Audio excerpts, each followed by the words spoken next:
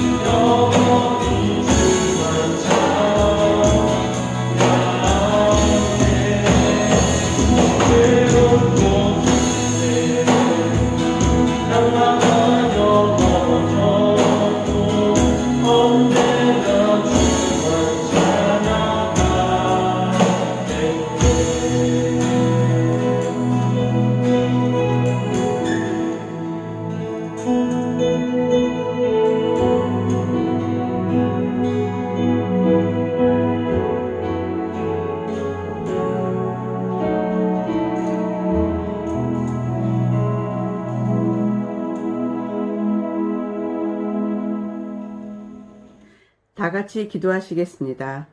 사랑과 은혜가 충만하신 하나님 아버지, 지금 이 예배의 자리로 우리를 불러 모아 주심을 감사드립니다. 비록 교회에서의 대면 예배가 오랫동안 중단되었지만 아련한 기억 속의 교회가 아닌 우리가 온라인 예배를 드리는 그곳이 임시 교회가 되길 기도드립니다. 우리 친구들의 삶 속에서 주님이 주신 말씀이 보여지길 원합니다. 기도가 하루의 시작과 끝이 되어지길 원합니다.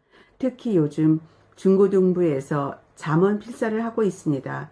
필사를 통하여 좀 더 깊어진 묵상을 주께 드리길 기도드립니다.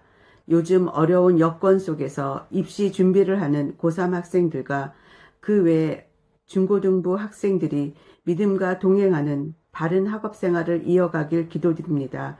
구정 때 시작되었던 코로나는 추석이 지난 지금까지 우리의 삶을 크게 제한하고 어렵게 하고 있습니다. 이 시기를 우리 믿는 그리스도인들의 기도와 올바른 믿음의 향기로 힘든 여건을 이겨내고 주위에 용기를 주는 모습으로 나아가길 원합니다.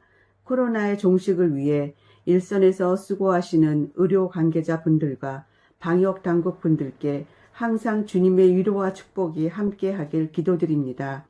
이후에 전해주시는 전도사님의 말씀이 생명의 양식이 되길 기도드립니다. 이 모든 말씀 우리 주 예수 그리스도의 이름으로 기도드립니다. 아멘.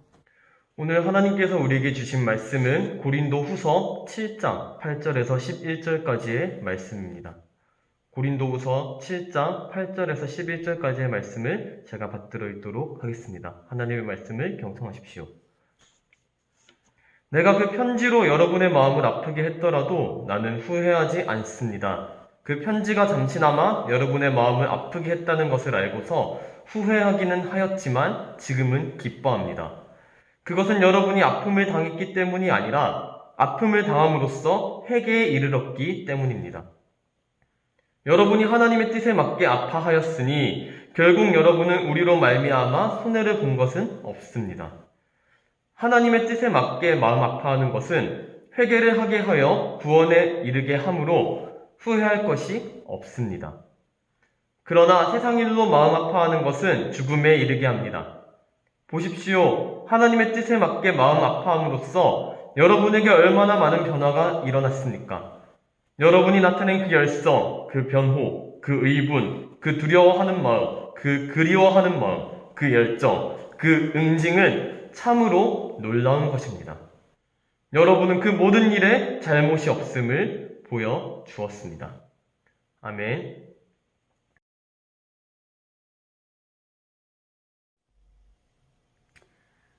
안녕하세요.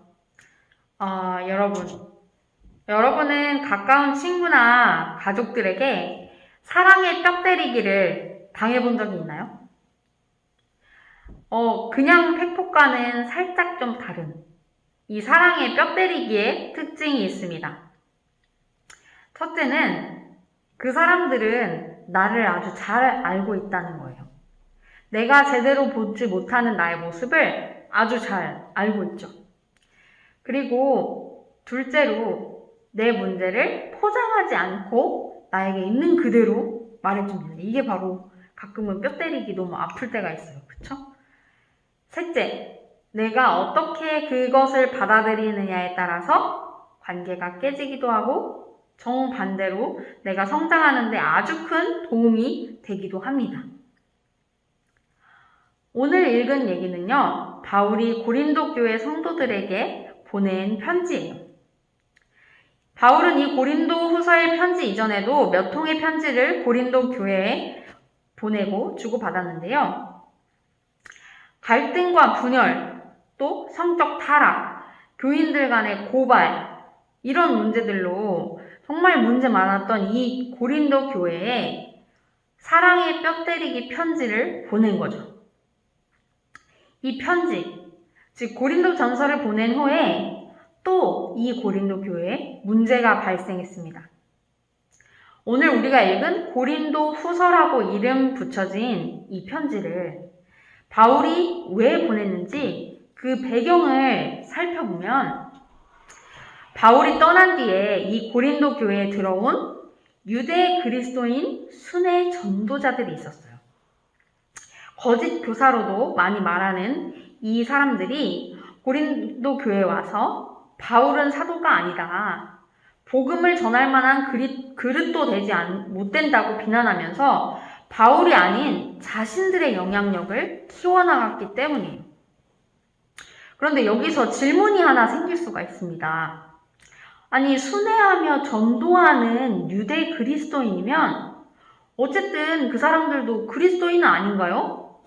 그 사람들은 왜 바울을 깎아내리고 배척하려고 했을까? 네, 이것은 다분히 이 문화를 잘 반영한 어떤 부분이 있는데요. 그 문화를 알면 좀 잘 이해할 수 있습니다. 당시 고린도가 어떤 도시인가를 잘 알아야 돼요. 고린도는 아가야 지방의 정치적 중심지였고요. 그리고 로마 전체 제국의 중심부에 위치해 있고, 그리고 또 2개의 항구를 끼고 있었기 때문에 무역의 중심지이기도 했습니다. 굉장히 큰 도시였어요. 여기저기에서 사람들이 몰려와서 상점을 차리고 무역을 하던 그런 도시였어요. 그러다 보니까 고린도는 신흥 부자들의 도시였습니다. 퇴역 군인이나 해방된 노예의 자손들이 고린도에서 아주 큰 돈을 벌어서 사회적 지위 상승을 경험한 뒤에 경쟁을 통해서 더 높은 지위로 또 정치적 영향력을 끼치는 그런 자리로 가고자 했어요. 그것을 보여주는 되게 재밌는 자료가 하나 있어요. 역사적 자료인데 에라스투스 비문이라는 것에 이렇게 적혀 있어요. 에라스투스가 자신의 비용으로 이 도로를 포장하고 재무관으로 등용되었다 라고 적혀 있대요. 그러니까 자기가 번 돈을 사용해서 또 더 높은 지위로 올라가기 위해서 경쟁하고 노력했다는 거죠.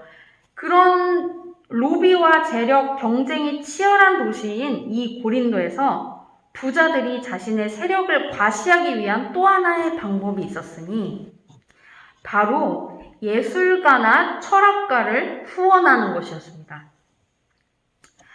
철학가들은 여러 다른 경쟁 상대인 다른 철학가들을 누르고 후원자의 후원을 쟁취하기 위해서 더 화려한 언변과 손동작, 그리고 목소리, 표정을 이렇게 연습해서 과시했어요.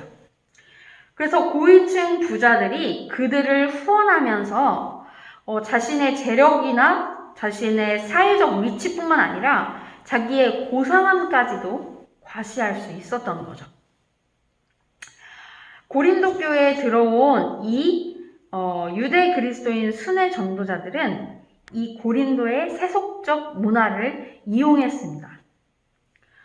고린도 교인들이 바울이 아닌 자신의 영향력 안에 있기를 바랬고 자신들을 후원하기를 바랬어요. 그래서 바울과 계속 자신들을 비교하면서 자신들에게는 다른 교회의 추천장이 있다. 또 우리는 특별한 계시, 또 황홀경을 체험했다고 하면서 자신들의 사역적 권위를 과시했어요. 그런 식으로 고린도 교인들의 입맛을 맞췄습니다. 그리고 그 사람들의 의도대로 고린도 교인들은 마치 무대에 선 철학가를 품평하듯이 바울과 이들을 비교하면서 바울이 이 사람들보다 모자라고 부족하다고 비난하기 시작했습니다. 교회는 고린도 도시의 관습과 전혀 다르지 않은 모습으로 경쟁하고 분열하기 시작했습니다.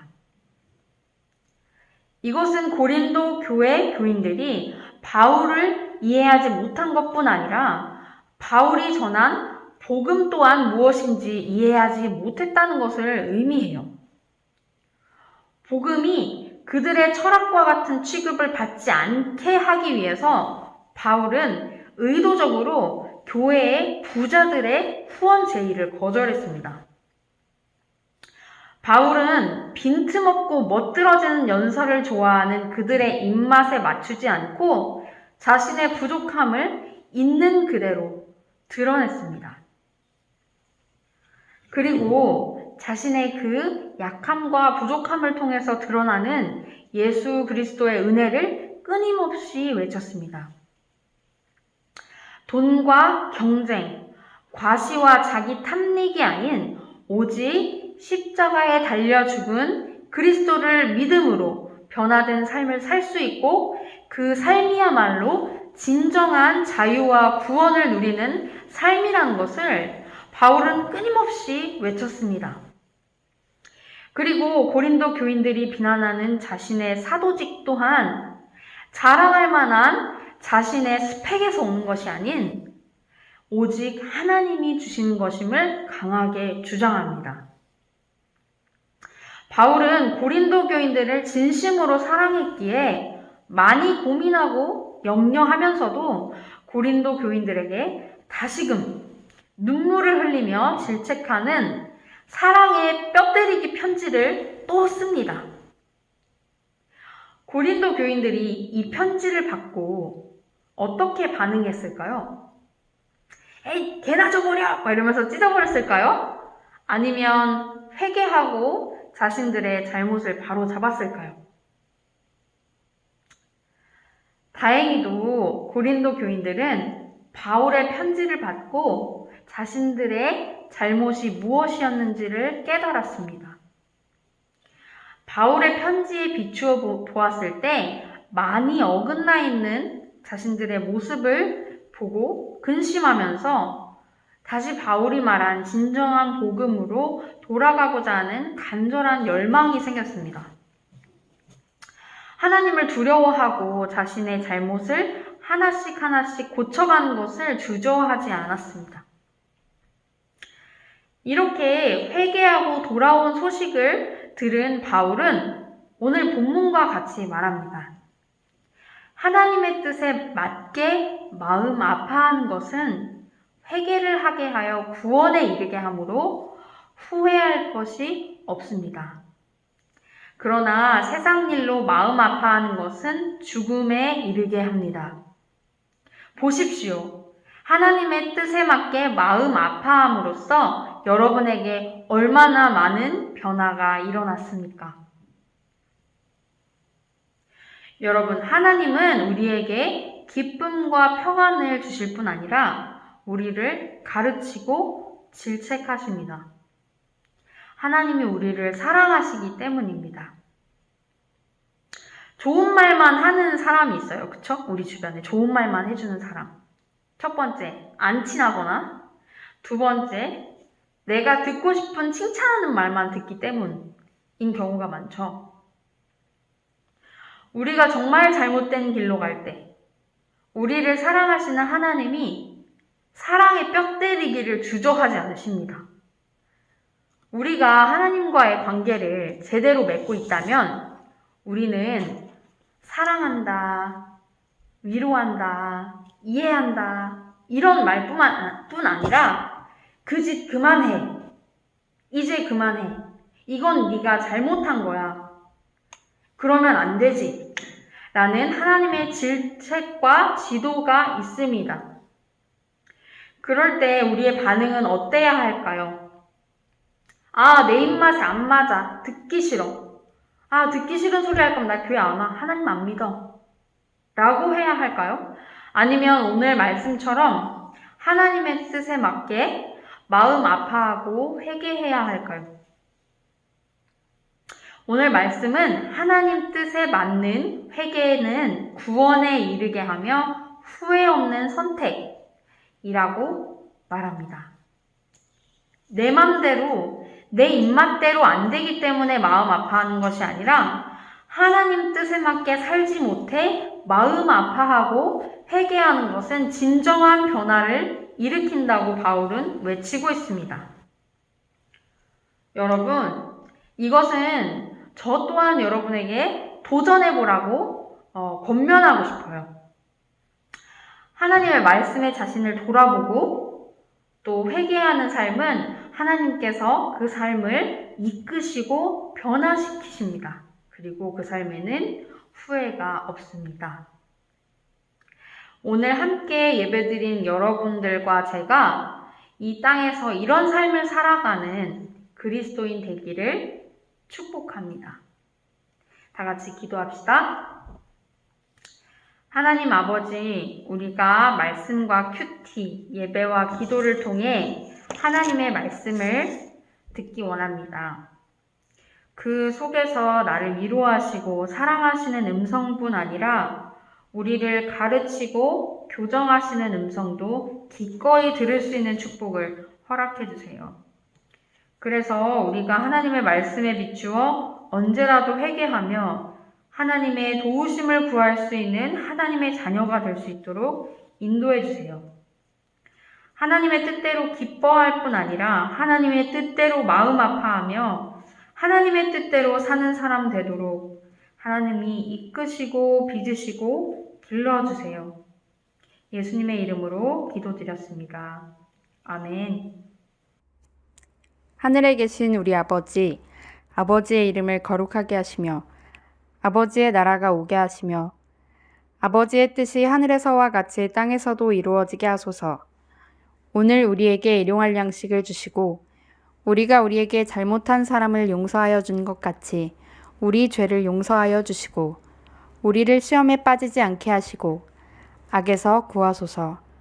나라와 권능과 영광이 영원히 아버지의 것입니다. 아멘.